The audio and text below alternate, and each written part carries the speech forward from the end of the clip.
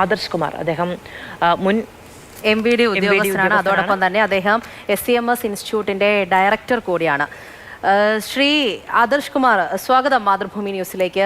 നമ്മളിപ്പോൾ ഓരോ ദിവസവും ഈ അപകടങ്ങൾ നിരന്തരം ഇങ്ങനെ കേട്ടുകൊണ്ടിരിക്കുകയാണ്. ഇന്ന് നിർണായകമായ യോഗം നടക്കാൻ പോവുകയാണ്. നോക്കൂ, പലതരത്തിലുള്ള റിപ്പോർട്ടുകളൊക്കെ സർക്കാരിന് മുന്നിലുണ്ട്. സംസ്ഥാനത്ത് എവിടെയൊക്കെ അപകട മേഖലകളുണ്ട് എന്നതിനെക്കുറിച്ചുള്ള കൃത്യമായ ധാരണകൾ ഓരോ വകുപ്പിനുമുണ്ട്. പക്ഷേ ഇപ്പോഴും അപകടങ്ങൾ ഇങ്ങനെ വർദ്ധിച്ചുകൊണ്ടിരിക്കുകയാണ്. എന്താകാം ഇതിനുള്ള കാരണം? കൃത്യമായിട്ടുള്ള പരിഹാരം ഒരുപക്ഷെ ഉണ്ടാകേണ്ടതല്ലേ? ഇപ്പോഴല്ല, അത് മുൻപേ ഉണ്ടാകേണ്ടതല്ലായിരുന്നോ?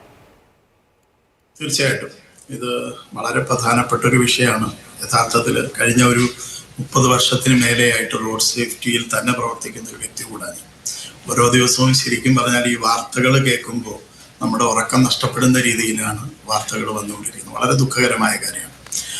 റോഡ് സേഫ്റ്റി എന്ന് പറയുന്നത് എനിക്ക് തോന്നുന്നത് ഇപ്പോഴും നമ്മളൊരു ലാഘവബുദ്ധിയാ കാണുന്ന ഒരു വിഷയമായിട്ട് തന്നെ മാറിയിട്ടുണ്ട് എന്ന് തോന്നുന്നു. ഭരണതലത്തിലേക്ക് ഒരുപാട് നടപടികൾ എടുക്കുന്നുണ്ട്. ഒരുപക്ഷെ നമ്മുടെ ഭരണ സംവിധാനങ്ങളെല്ലാം ഇതിനുവേണ്ടി ശ്രമങ്ങൾ നടത്തുന്നു. പക്ഷെ എങ്കിലും ഒരിക്കലും ഒരു ഫലപ്രാപ്തിയിൽ എത്തുന്നില്ല എന്നുള്ളത് വളരെ വിഷമകരമായ കാര്യവുമാണ്. അതിന് വ്യക്തമായ ചില കാര്യങ്ങൾ ചെയ്യേണ്ടതുണ്ട് എന്നുള്ളതാണ്.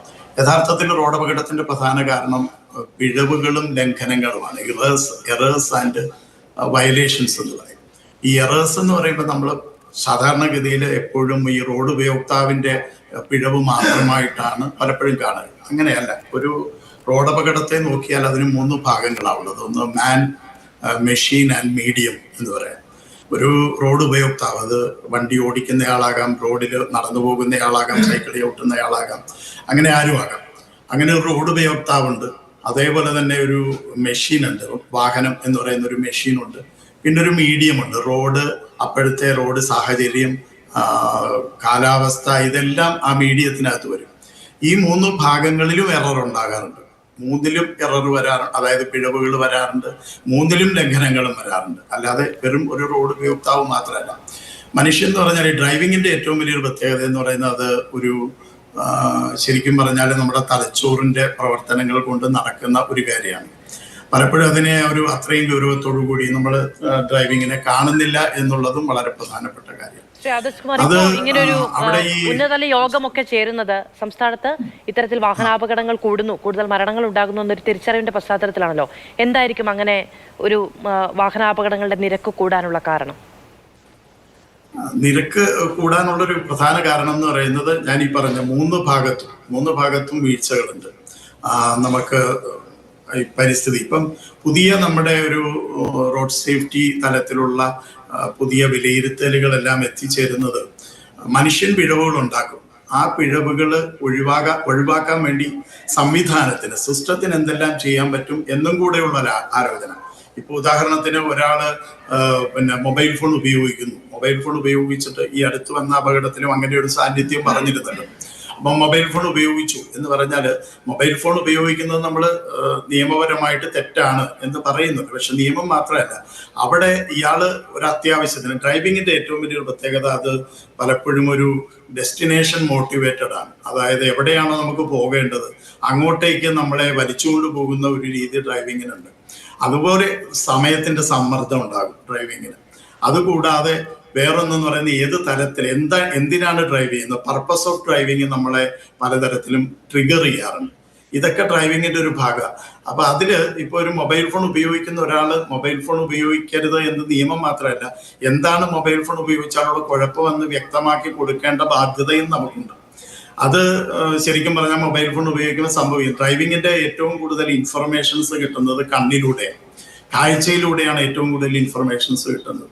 ശരിക്കും ഡ്രൈവ് ചെയ്യുമ്പോൾ കാണുകയല്ല, മുൻവശത്തെ ഒരു 200 മീറ്റർ എങ്കിലും കുറഞ്ഞത് നമ്മൾ സ്കാൻ ചെയ്യുക, വെറും കാഴ്ചയല്ല, അവിടുത്തെ മുഴുവൻ കാര്യങ്ങളും ഉള്ളിലേക്ക് വരുന്നതാണ് ഡ്രൈവിംഗ്. മൊബൈൽ ഫോൺ ഉപയോഗിക്കുന്ന സമയത്ത് സ്വാഭാവികമായിട്ടും 50% നമ്മൾ കാണുന്നുള്ളൂ, കണ്ണ് തുറന്നിരുന്നാൽ പോലും. അതിന് ഇന്നറ്റൻഷൻ ബ്ലൈൻഡ്നെസ് എന്നാണ് പറയാം. 50% നമ്മൾ കാണുന്നില്ല. മാത്രമല്ല, ഡ്രൈവിംഗ് നടക്കുന്ന നമ്മുടെ തലച്ചോറിന്റെ 37% ഈ മൊബൈൽ ഫോൺ വിനിയോഗിക്കും. ആ സമയത്ത് നമുക്ക് അത്രയും ഭാഗത്തിന്റെ പ്രവർത്തനം കിട്ടുക. ഡ്രൈവിംഗ് നടക്കുന്നത് പൂർണ്ണമായിട്ടും തലച്ചോറി മാത്രമാണ്.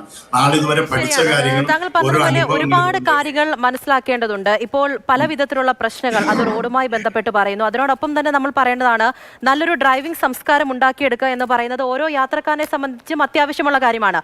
നമ്മൾ ഈ പറയുന്ന ഓരോ കാര്യങ്ങൾക്കും എല്ലാവർക്കും അറിയാവുന്നതുമാണ്. ഇപ്പോൾ AI ക്യാമറകളുണ്ട്, അതോടൊപ്പം തന്നെ ട്രാഫിക് സിഗ്നലുകൾ, ഇതിന്റെയൊക്കെ പല വിധത്തിലുള്ള പ്രശ്നങ്ങൾ നമ്മൾ ചർച്ച ചെയ്തിട്ടുണ്ട് പലപ്പോഴും. ഈ ഒരു സമയം വന്നപ്പോൾ തന്നെ നമ്മുടെ ഈ തിരുവനന്തപുരം ഭാഗത്ത് തന്നെ നോക്കുകയാണെങ്കിൽ പലപ്പോഴും സിഗ്നൽ തകരാറ് കൊണ്ട് ബ്ലോക്കുകൾ ഉണ്ടാകുന്നു, അപകടങ്ങൾ വർദ്ധിക്കുന്നു. AI ക്യാമറയുടെ സംവിധാനം, അതിന്റെ പ്രവർത്തനം ഏതുവരെയായി എന്നത് ഉൾപ്പെടെയുള്ള കാര്യങ്ങൾ കൂടി ചർച്ച ചെയ്ത് മുന്നോട്ട് പോകണ്ടേ? ഒരുപാട് നിയമങ്ങളുണ്ട്, ശരിയാണ്. അതൊക്കെ കൃത്യമായി മുന്നിലേക്ക് പോകുന്നുണ്ടോ എന്നുകൂടി കൃത്യമായിട്ട് നോക്കണം. അങ്ങനെ ഉണ്ടായിരുന്നു എന്നുണ്ടെങ്കിൽ ഒരുപക്ഷെ അപകടങ്ങൾ പരമാവധി കുറയ്ക്കാൻ പറ്റില്ലേ? ആൾക്കാർ ആ രീതിയിൽ കൃത്യതയോടുകൂടി മുന്നോട്ട് പോകില്ലേ? തീർച്ചയായിട്ടും. അതിന് ഏറ്റവും പ്രധാനപ്പെട്ട ഒരു കാര്യം എന്ന് പറഞ്ഞാൽ നമുക്ക് സ്വഭാവ നവീകരണം അത്ര എളുപ്പമല്ല. അതിനു വേണ്ടിയിട്ട് കൃത്യമായൊരു പദ്ധതി ഉണ്ടാക്കണം. ശരിക്കും ഒരു നയം വേണം. റോഡ് സേഫ്റ്റി പോളിസി എന്ന് പറയുന്നത് നമുക്ക് നിലവിൽ കൃത്യമായിട്ടില്ല.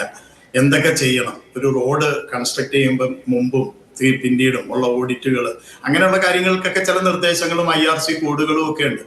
അതോടൊപ്പം തന്നെ നമുക്ക് ഒരു കൃത്യമായിട്ട് ഇത്ര കാലത്തിനുള്ളിൽ ഇത്ര അപകടം നമ്മൾ കുറയ്ക്കും എന്ന് പറഞ്ഞ് അതിനുവേണ്ടി ചെയ്യേണ്ട കാര്യങ്ങളെല്ലാം ചേർത്ത് ഒരു റോഡ് സുരക്ഷാ നയം തന്നെ നമ്മൾ രൂപീകരിച്ച് എല്ലാ മേഖലകളും അതിനകത്ത് എല്ലാ കാര്യങ്ങളും വരണം.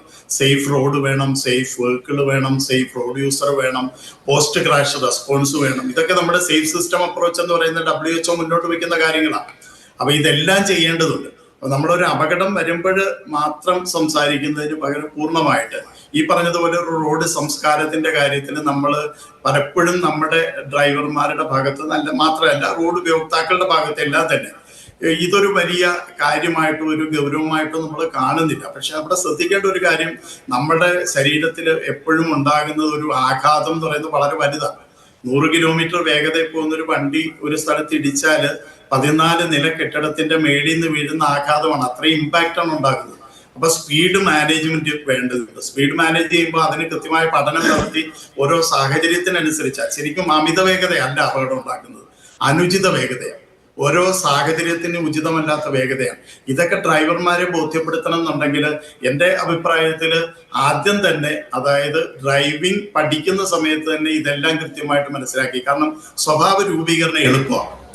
ശീലം ഉണ്ടാകുന്നതിന് മുൻപ് തന്നെ അവരിൽ കാര്യങ്ങൾ ബോധ്യപ്പെടുത്തുക എന്നുള്ളത് വളരെ, നമ്മുടെ ബഹുമാനപ്പെട്ട ഗതാഗത വകുപ്പ് മന്ത്രി തന്നെ അത്തരമൊരു തുടക്കമൊക്കെ നോക്കിയതാണ്. അതൊക്കെ വളരെ പ്രധാനപ്പെട്ട കാര്യമാണ്. ഇപ്പൊ വിദേശത്ത് എവിടെ നോക്കിയാലും ഡ്രൈവിംഗ് ലൈസൻസ് കൊടുക്കുന്ന സിസ്റ്റത്തിന് ഒരു കൃത്യമായ ഒരു രീതിയുണ്ട്. അത് സ്വഭാവ രൂപീകരണത്തിൽ തന്നെ കൃത്യമായ നിയമം അവരുടെ കൂടെ ചേർക്കുന്നു എന്നുള്ളതാണ്.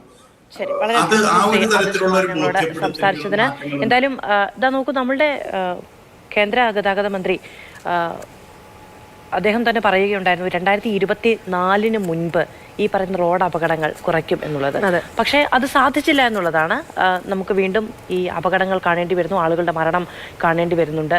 അതൊക്കെ ഈ അപകടത്തിന്റെ പശ്ചാത്തലത്തിലാണ് നമ്മൾ പിന്നെയും കേൾക്കുന്നത്.